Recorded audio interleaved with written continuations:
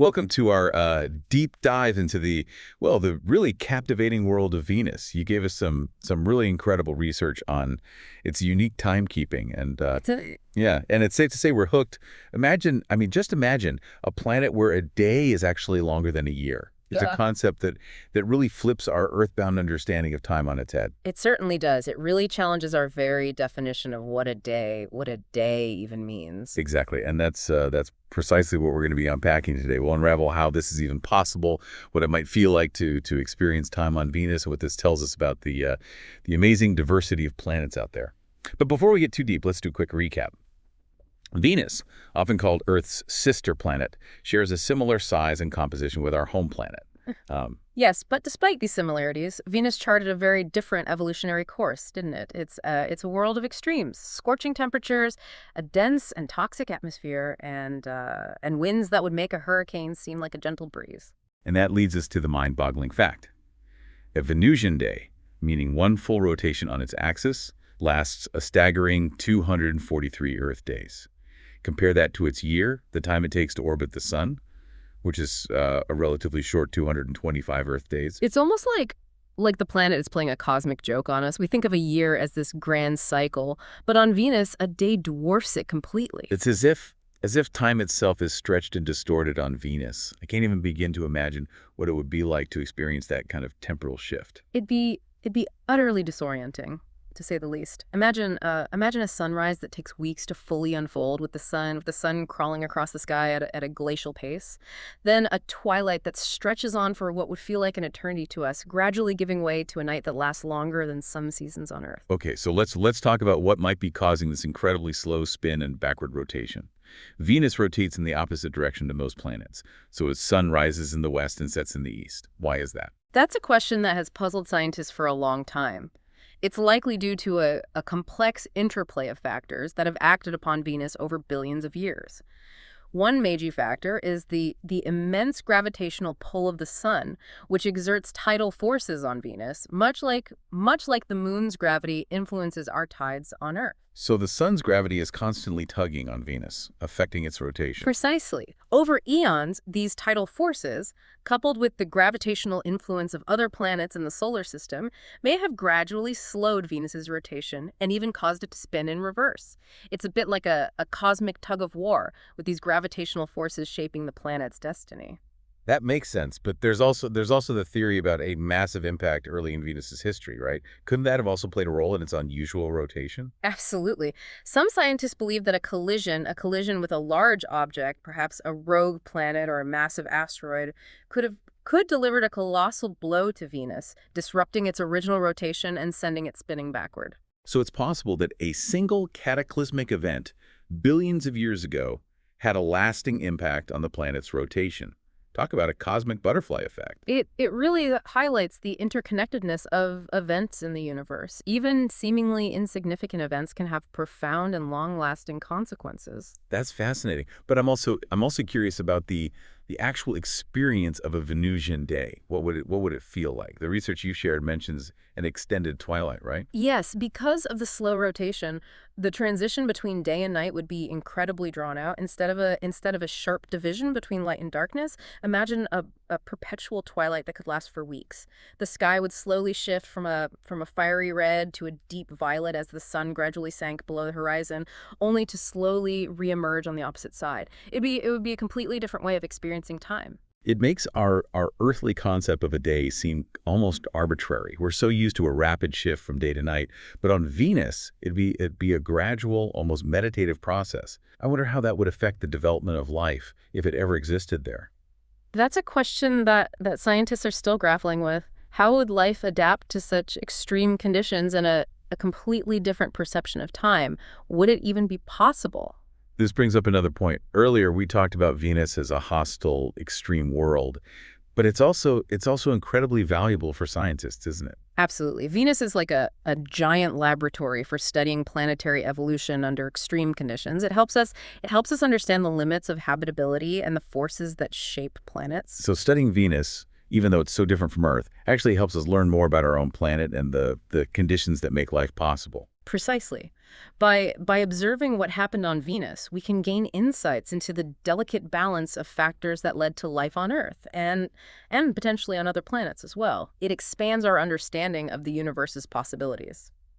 It seems like we've barely scratched the surface of this fascinating planet, and you mentioned there's even more to uncover, Oh, right? there's much more. We haven't even touched upon the intriguing possibility that Venus might have once been a very different world.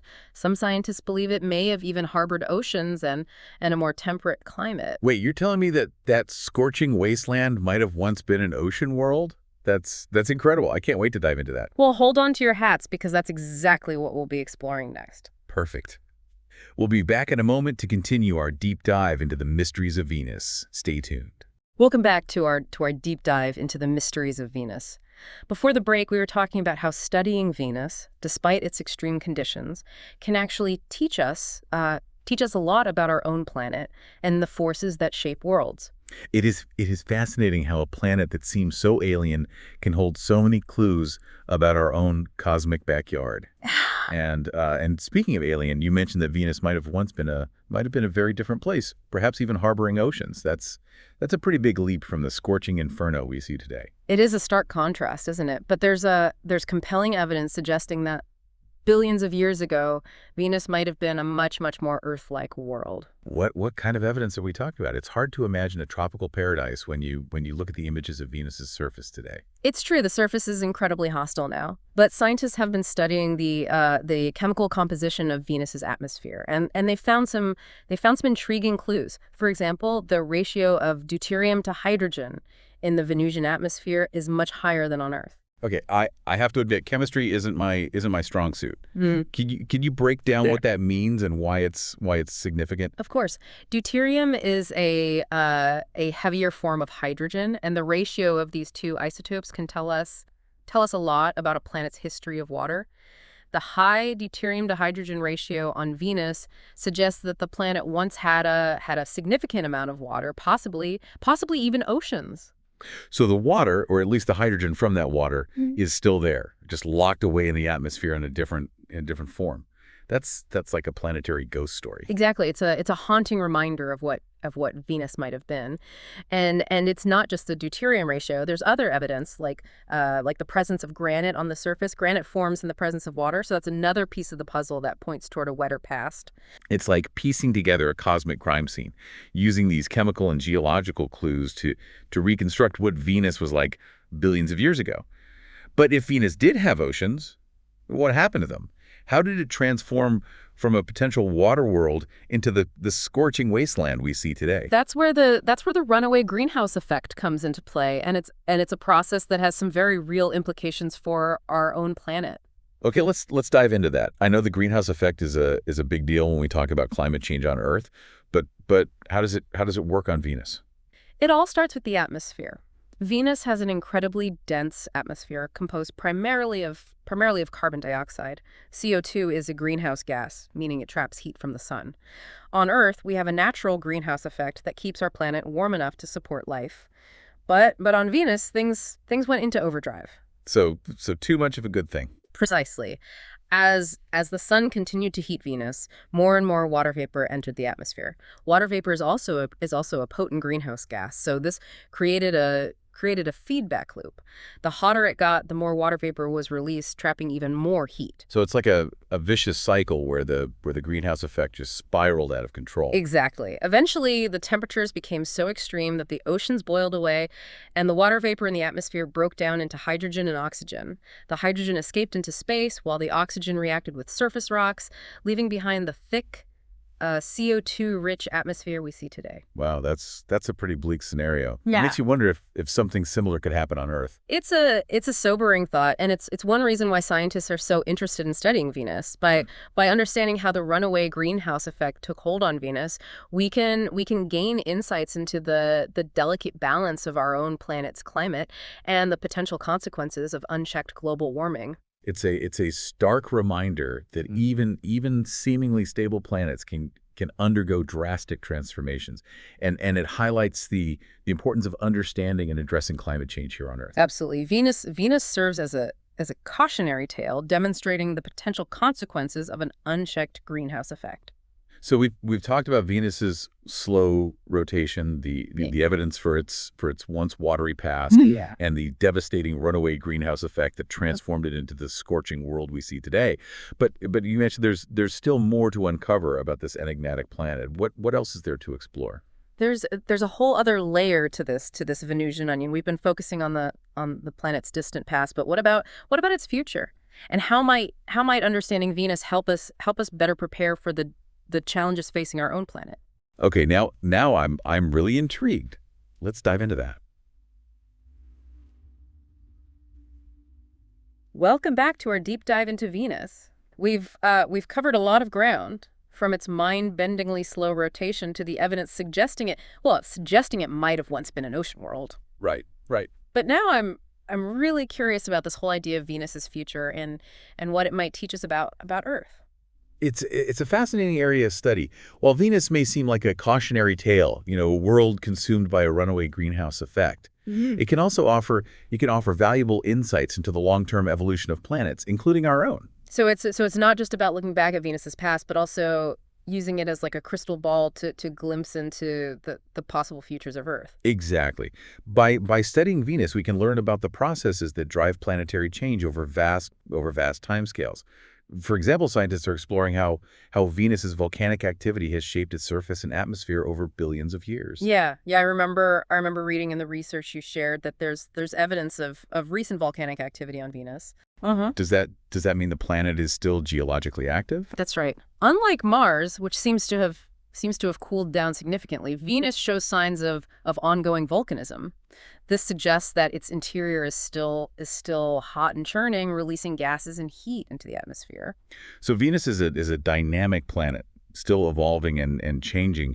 What does that mean for its future? Could it ever revert back to a more hospitable state, or is it destined to remain a scorching inferno? It's unlikely that Venus will magically transform back into a paradise anytime soon. The runaway greenhouse effect it's really taken a firm grip, and reversing it would require a monumental shift in the planet's atmospheric composition and temperature. So no terraforming Venus and turning it into a second Earth, at least not in the foreseeable future. Yeah. Not without some truly radical and as yet undiscovered technology.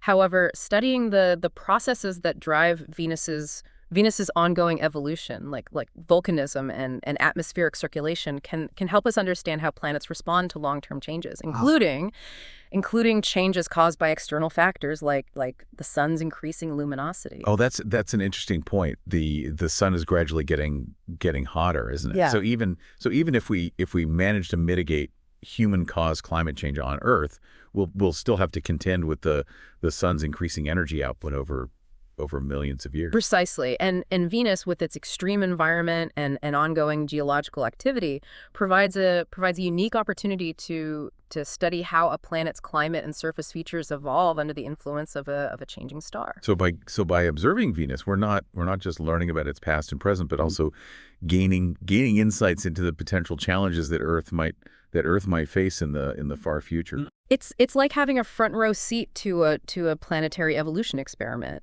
And while we might not be able to change Venus's destiny, the knowledge we gain from studying it could help us make more informed decisions about our own planet's future. It's a reminder that we're all passengers on this spaceship Earth. Yeah. And understanding the dynamics of other planets can help us steer a course towards a sustainable future. Well said. And I think that's a perfect note to wrap up our deep dive into Venus. I agree. We started with a seemingly simple question: how can a day be longer than a year? Yeah. But we've uncovered so much more than just that one mind-boggling fact. We've explored the evidence of Venus's past, its ongoing evolution, and the lessons it holds for Earth's future. It's a testament to the power of scientific curiosity. By venturing beyond our own planet, we gain a deeper understanding of our place in the cosmos and the forces that shape the worlds around us. And who knows what other surprises await us out there. Maybe someday we'll unlock the secrets of Venus's transformation and find ways to apply that knowledge to ensure a thriving future for our own planet. Until then, we keep exploring, keep asking questions, and keep looking up at the stars with a sense of wonder. Beautifully put. And to all our listeners out there, thank you for joining us on this incredible journey to Venus. We'll see you on our next deep dive into the mysteries of the universe.